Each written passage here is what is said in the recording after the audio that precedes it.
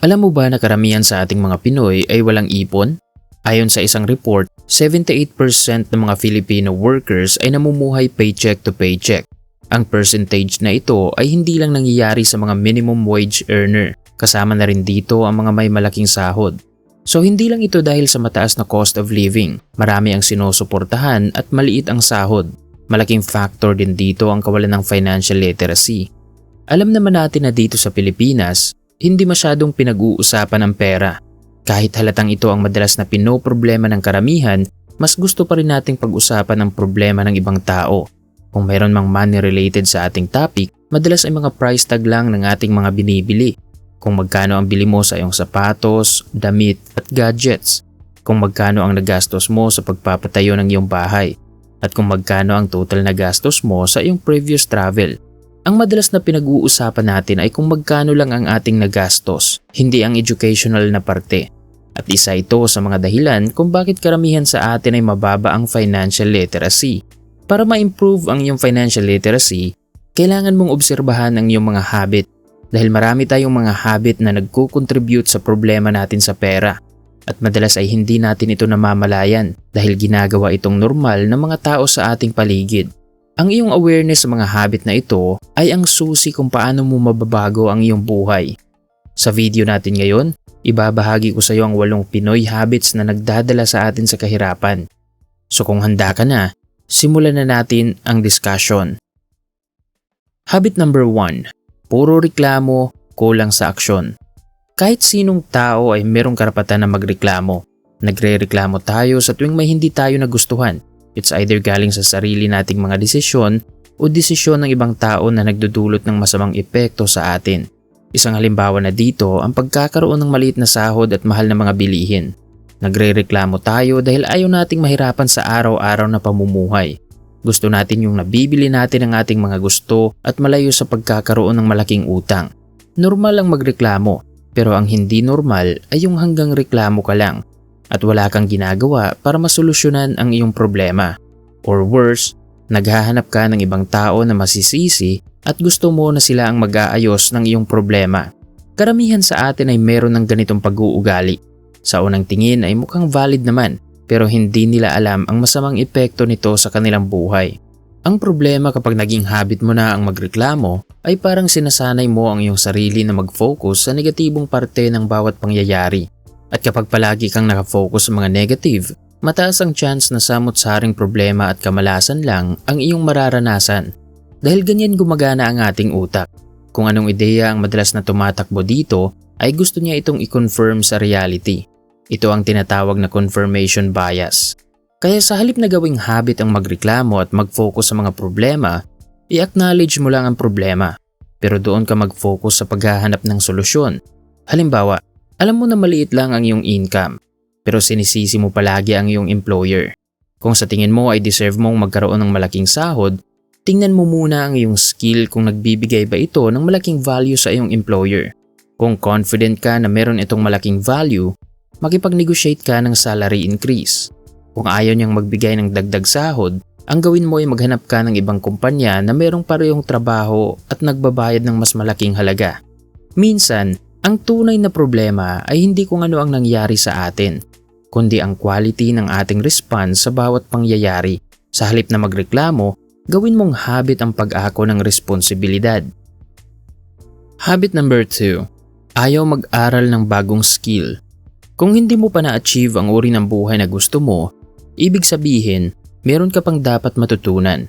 Kung maliit lang ang demand sa skill na meron ka ngayon, kailangan mong alamin ang skill na may long-term demand at doon mo i-invest ang iyong oras para matutunan ito. Merong 2 uri ng tao na naging mayaman. Ang una ay yung sinuwerte, nanalo ng malaking halaga sa sugal o pinamanahan ng mga ari-arian ng mayaman na magulang. Ang pangalawa ay yung self-made, galing sa humble na pamilya, nagsumikap at natuto ng maraming bagay.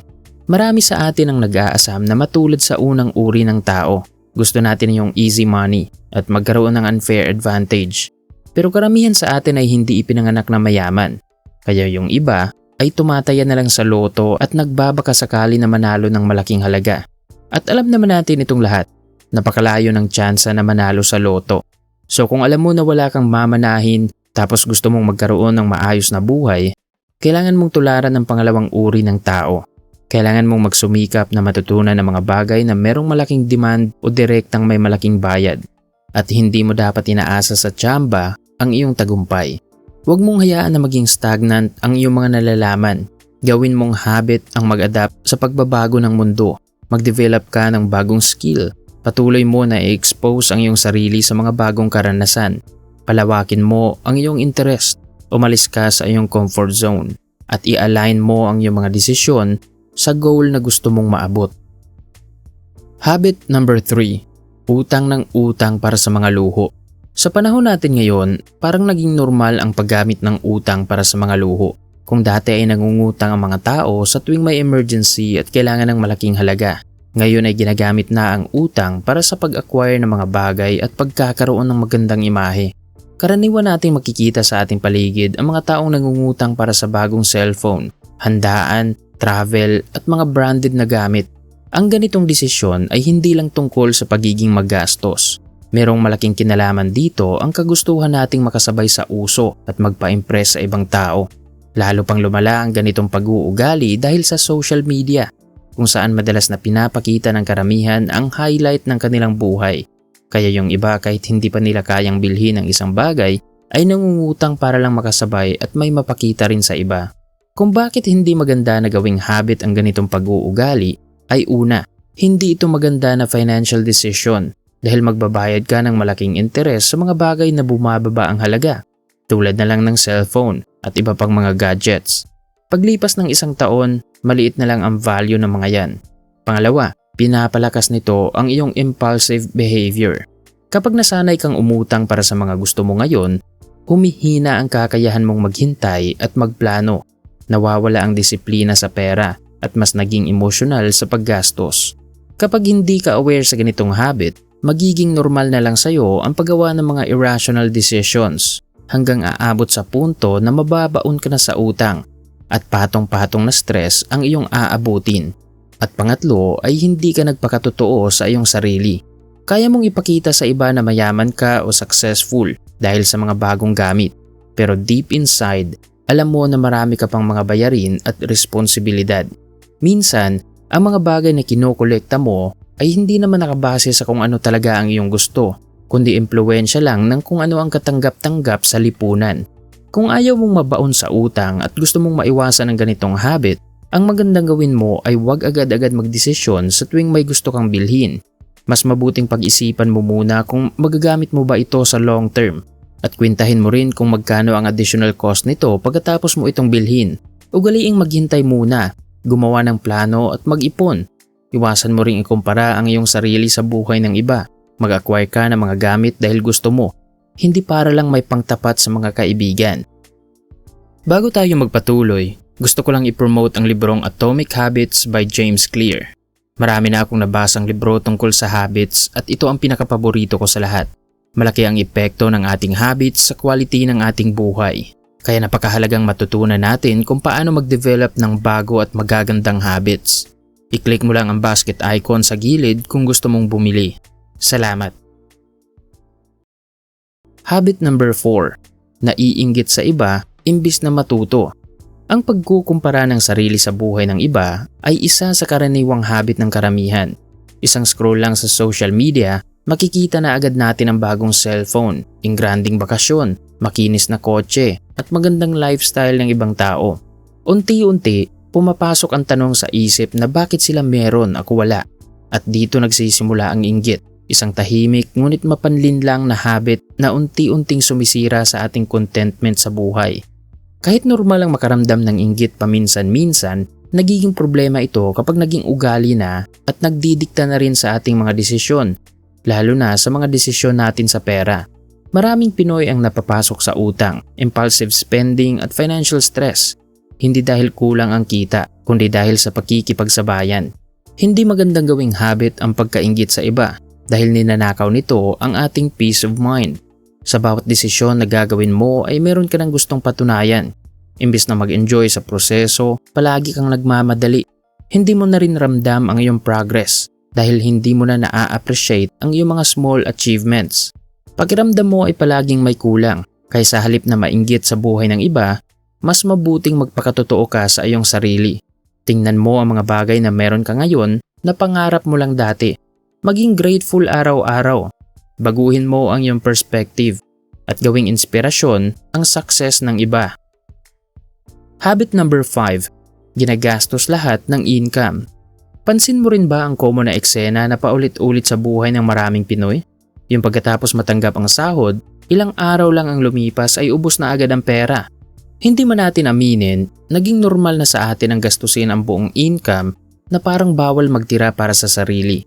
Ang nakakalungkot lang sa ganitong sitwasyon ay kahit masipag ka o willing kang magtrabaho ng mahabang oras, mahihirapan ka pa ring umasenso dahil palaging walang natitira sa iyong sahod. Isang emergency lang ang darating, baon ka na agad sa utang. Para maiwasan mong ma-adapt ang ganitong habit, kailangan mong gumawa ng sistema sa tamang paghawak ng iyong pera. Tuwing sahod, una mong itabi ang para sa ipon. Gumawa ka rin ng budget para meron kang malinaw na guide kung paano mo gagamitin ang iyong pera. Magsimula ka lang sa maliit. Kung hindi mo kayang ipunin ang 10% ng iyong income, magsimula ka lang sa 5% at unti-unti mong dagdagan ang iyong ipon hanggang sa masanay ka na sa ganitong gawain. Tandaan na ang susi ng iyong tagumpay sa pag-iipon ay consistency. Habit number 6. Ang pagkakaroon ng bisyo.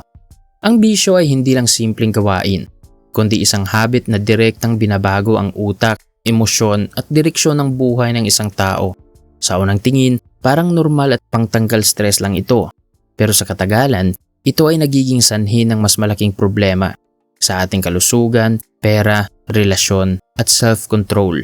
Ayon sa neuroscience, ang alak, sigarilyo at sugal ay nagpapataas sa dopamine level ng ating utak. Ang dopamine ay nare-release sa tuwing nakakaranas tayo ng saya. Ito ang dahilan kung bakit gusto mong ulitin ang isang gawain kahit alam mo na wala naman itong magandang maidudulot. Isa pang dahilan kung bakit maraming Pinoy ang merong bisyo, yun ay dahil kapag merong inuman, meron ding pagsasama at halakhakan. Ang sugal naman ay ginagawang pampalipas oras at ang sigarilyo ay pangtanggal ng stress. Kaya hindi na tayo magtataka kung bakit ang hirap umalis sa bisyo. Pero kahit mahirap, posible pa rin makaalis sa ganitong habit. Kailangan mo lang ng mas magandang alternative.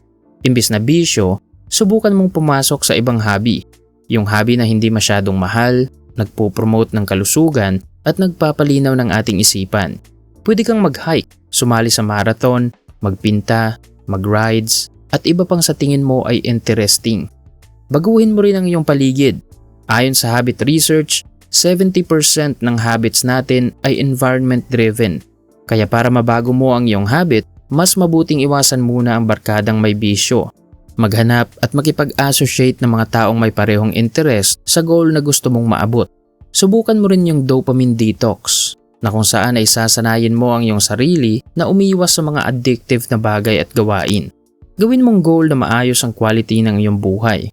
Iwasan mo ang mga bisyo, magkaroon ng malinaw na purpose at gumawa ng bagong routine. Habit number 7. Walang malinaw na plano sa buhay. Sa totoong buhay, hindi sapat ang sipag at tiyaga kung wala kang malinaw na direksyon. Ang malinaw na plano sa buhay ang nagsisilbing gabay kung paano mo gagamitin ang iyong oras, lakas at pera sa mga mahahalagang bagay. Kapag may plano ka, mas magiging madali ang paggawa ng tamang desisyon at maiiwasan mo rin ang impulsive choices na kadalasang nagdudulot ng pagsisisi. Isa sa pangunahing dahilan kung bakit karamihan ay walang malinaw na plano ay survival mindset. Marami sa atin ang lumaki na ang tanging focus ay makaraos lang sa araw-araw. Dahil dito, nasanay na tayong unahin ang short-term needs kaysa long-term goals. Isa pang dahilan ay kakulangan sa financial at life education. Sa eskwelahan, tinuturuan tayo ng mga komplikadong subject tulad ng math at science. Pero bihira tayong maturuan kung paano mag-set ng goals, magplano ng career o mag-manage ng pera. Dagdag pa rito ang kultura ng bahala na at go with the flow na minsan ay nagiging dahilan para maiwasan ang responsibilidad ng pagpaplano. Kapag wala kang malinaw na direksyon sa buhay, madalas ay wala ring direksyon ang iyong pera. Sahod ngayon, gastos ngayon, walang malinaw na savings, walang emergency fund at walang long-term investments. Ang solusyon sa ganitong sitwasyon ay simple lang. Magdesisyon ka kung ano ang gusto mong maging at isulat mo ito sa papel. Isulat mo lahat ng detalye, ang specific goal, ang halaga, ang deadline, at ang mga aksyon na kailangan. Gamitin mo itong guide at dito mo ibase ang iyong mga desisyon araw-araw. Habit number 8. Sobrang matulungin. Likas sa ating mga Pinoy ang pagiging matulungin. Mula pa sa kultura ng bayanihan, tinuruan na tayo na tumulong sa kapwa hanggat kaya. Maganda at marangal na katangian ito, pero tulad ng lahat ng bagay, dapat ay meron din itong limitasyon. Maraming tao ang hindi namamalayan na sa sobrang pagtulong nila sa iba, unti-unti na pala nilang napabayaan ang sarili nilang pangarap at pangangailangan. Isa sa hindi magandang epekto ng sobrang pagtulong ay ang pagkasira ng sariling disiplina sa pera. Maraming Pinoy ang hindi makaipon dahil inuuna ang pangangailangan ng kamag-anak, kaibigan o kakilala. Sa tuwing may humihingi ng pabor, oo lang ng oo, bigay lang ng bigay. Kaya imbis na mailaan ang pera sa savings o investment, napupunta na lang ito sa utang ng iba, bigla ang abuloy o walang katapusang pagtulong. Ang mabuting solusyon sa ganitong pag-uugali ay maging matulungin ka na may tamang hangganan. Mahalaga ang mag-set ng boundaries at tumanggi paminsan-minsan. Hindi ibig sabihin na masama kang tao kapag tumanggi ka. Kailangan mong matutunan na ang tunay na pagtulong ay dapat bukal sa loob at hindi sa pilitan. At yan ang 8 Pinoy habits na posibleng nagpapahirap sa atin. Sa 8 habits na tinalakay natin ngayon, alin sa mga ito ang marami kang natutunan? Magbigay ka ng iyong comment sa ibaba. Sana ay marami kang natutunan sa video natin ngayon. Huwag kalimutang mag-subscribe para lagi kang updated sa bago naming videos. I-like kung nagustuhan mo ang topic natin ngayon. Mag-comment ng iyong mga natutunan. At i-share mo na rin ang videong ito sa iyong mga kaibigan. Maraming salamat sa panunood. At sana ay magtagumpay ka.